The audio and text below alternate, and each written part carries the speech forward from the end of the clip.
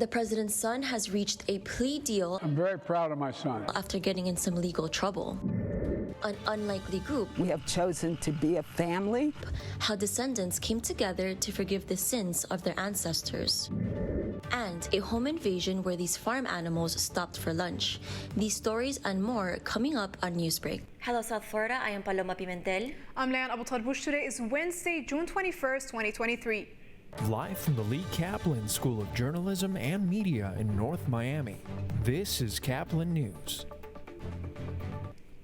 A sinking feeling after days of searching. Officials have hoped that the crew on a submersible that was exploring the Titanic wreckage will be found.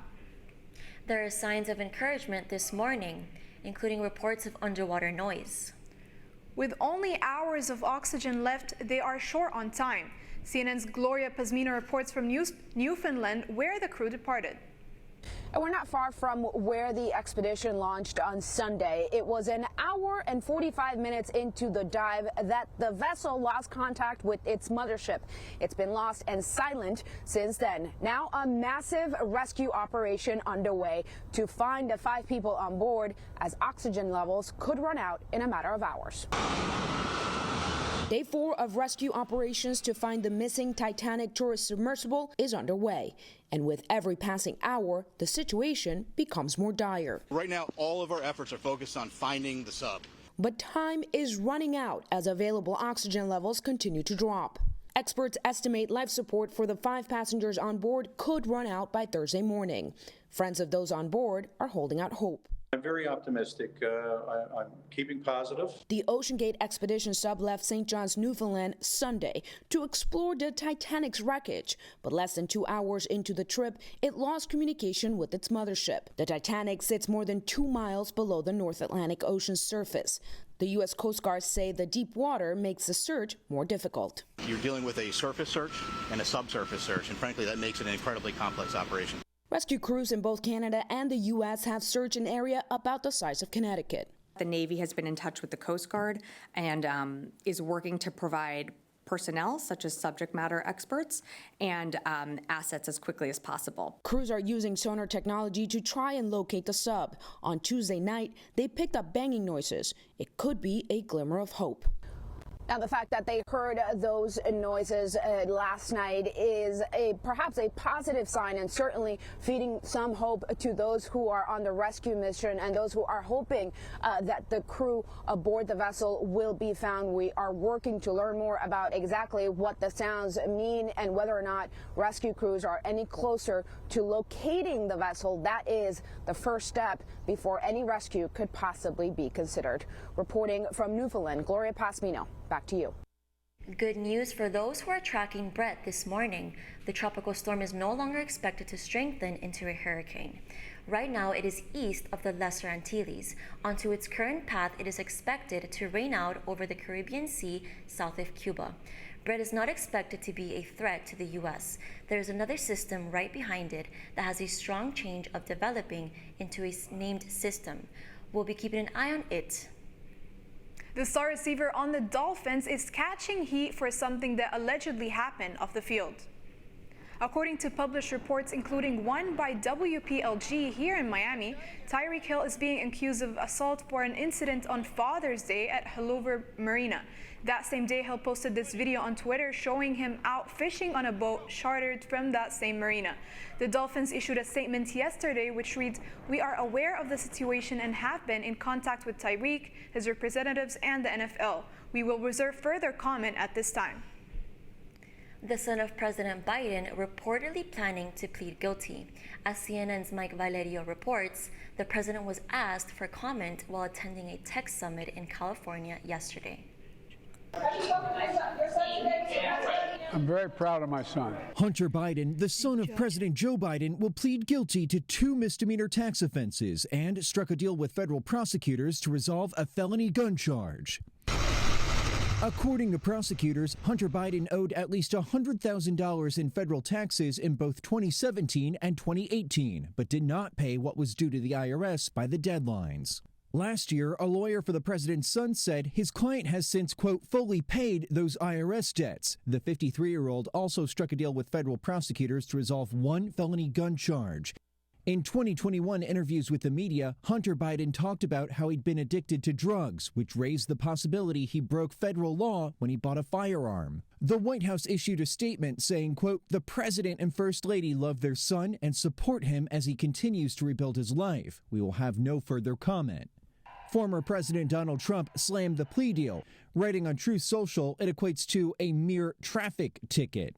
The U.S. Attorney for Delaware, David Weiss, appointed by former President Trump, says the Hunter Biden investigation is ongoing. Republican Speaker of the House Kevin McCarthy says the agreement won't impact a Republican congressional probe into the Biden family's business dealings. It actually should enhance our investigations because the DOJ should not be able to withhold any information now. I'm Mike Valerio reporting. A judge has set the date for the alleged criminal trial of former President Donald Trump to begin mid-August, where proceedings will take place in Florida. The trial for Trump's alleged mishandling of classified documents was set to begin at the end of July in Fort Pierce, Florida. However, due to the complexities of the case and possible issues related to classified information, it may be pushed back. Negotiations between Cuba and China predict a Chinese intelligence force training facility that will be close to Florida and a threat to the U.S. U.S. officials have concerns over the ongoing discussions between Beijing and Havana that plan for a joint military training facility in Cuba. This means hundreds of Chinese troops would be relocated to Havana, where the U.S. intelligence forces say it is a response to the U.S. military activity in Taiwan. Two families came together to make an unlikely group this past Juneteenth and heal from the traumas of their ancestry. As Caplin News' Cindy Claros reports, the descendants of a slave and her owner join in unity. Through the quietness of downtown Crawfordville, and they'll know we are Christian. Sounds of music echoed, followed by a prayer. And to love our fellow human beings as ourselves. In Jesus' name we pray. Amen. Embracing unity. How very good and pleasant it is when kindred live together in unity. We have chosen to be a family, and we've chosen to spread that hope that we have for all people to come together in love. Loved ones deemed impossible is now possible. We embraced each other. They were very welcoming to us. We were very welcoming to them. It was just a real time of fellowship. On the lawn where history lives, deep within the Georgia red clay. The stories that their family tells that we know are true stories about what happened under the system of slavery. And we wanted to be here to acknowledge that and recognize that. Doing so by naming and forgiving the sins. And I really would just hope that we could continue to have more honest conversations about what the system actually was for the people that participate in it on both sides of it. That's the idea. In a lot of senses in terms of a reconciliation and an acknowledgement of hurtful things that were done in the past. Giving hope for the future. Cindy Claros, Caplin News. Broward County is under quarantine, but not for the reasons you might think of. Instead, it is for giant snails. It might sound crazy, but it is true. Invasive African land snails have been spotted near Miramar. Officials say these types of snails pose a health risk to humans by carrying a parasite that can cause meningitis. The Florida Department of Agriculture and Consumer Services states that treatment is underway to combat these damaging and giant creatures. A North Texas neighborhood found 40 goats grazing at their lawns that strayed away from a nearby development. Locals were surprised when they found a herd of goats feasting on their lawns while grazing at a nearby development last weekend. The firm that oversees the goats took care of the situation quickly and repaired the plant infrastructure that occurred in the neighborhood. The Miami Marlins looking to continue their 5-game win streak against the Toronto Blue Jays in their second game of their series. That's all ahead, and so is the story. Just saw, a couple police trucks drive up with their sirens on, and I wasn't sure what they were sirening at because I didn't see the guy boogie boarding. It's never good to run away from the police, especially if you're running on sand. That's what this man did to cutting his trip to the beach shore. Newsbreak will be back in 2 minutes.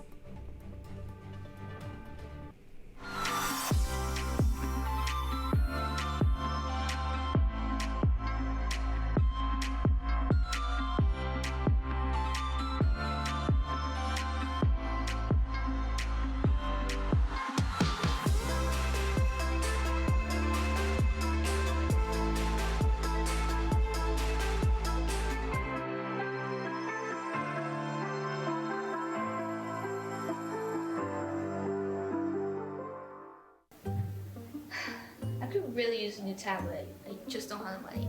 Let me ask you something. Do you have a Pell Grant? Yes? You do know you can get a free tablet, right? Did you say free? Yeah, free. It's simple. And the application is done in the store. I could really use a tablet. Go get one. Another satisfied customer. Stop by Panthetech in the Graham Center at FIU MMC today to speak with one of our associates to get your free tablet. Type 2 diabetes can have a big impact on your life. But how can it be prevented? Well, the first step is knowing if you have something called prediabetes. Take the 1-minute risk test today at doihaveprediabetes.org.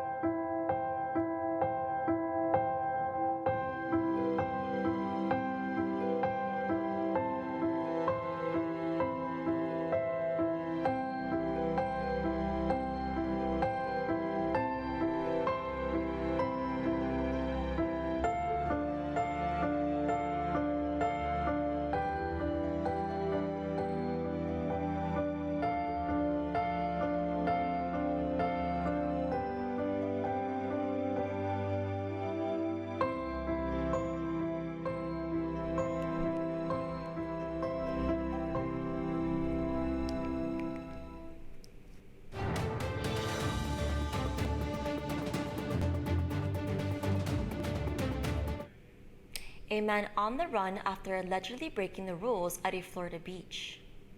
Police in Panama City Beach chased and arrested a swimmer who refused to get out of the water despite hazardous warnings. A man was spotted riding a boogie board at a Florida beach where double red flags were flying, meaning that the water is closed. Sirens and calls to get out were heard, including a helicopter near the boogie board man. The swimmer, ignoring these warnings, ultimately gets out of the water, only to be chased by the police. He takes off sprinting, and the police are in civilian clothes, so he didn't know who, I don't think he knew who a police officer was, but regardless, he was sprinting out of the water. He was trying, to get out of there.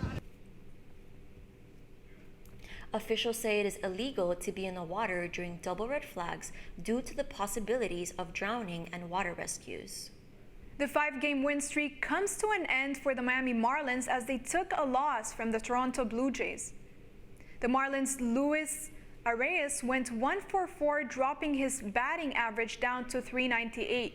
This win for the Jays also ended their streak of going 19 innings without scoring. The final score was Blue Jays 2, Marlins 0. The Marlins will play the Jays later today at 12 noon for the final game of the series. You are watching Newsbreak, and we're coming right back. Last week, Brandon met a girl on a dating app. One day after work, he finally found the courage to ask her out. No answer. He started to panic. Was he being too pushy? Maybe it was too... Hey, sorry I didn't respond. I was driving. I would love to go on a date. How does tonight sound? Brandon tried to play it cool, but inside he knew. A girl so smart, so responsible. She must be a keeper.